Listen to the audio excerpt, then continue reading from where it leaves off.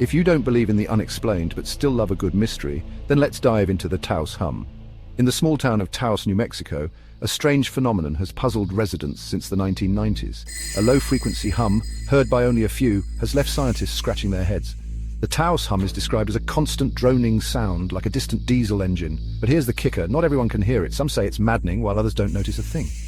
Investigations have spanned from geological surveys to psychological studies, yet the source remains elusive. Is it industrial equipment? Secret government project? Or something more supernatural? Even with advanced technology, the hum's origin is still a mystery.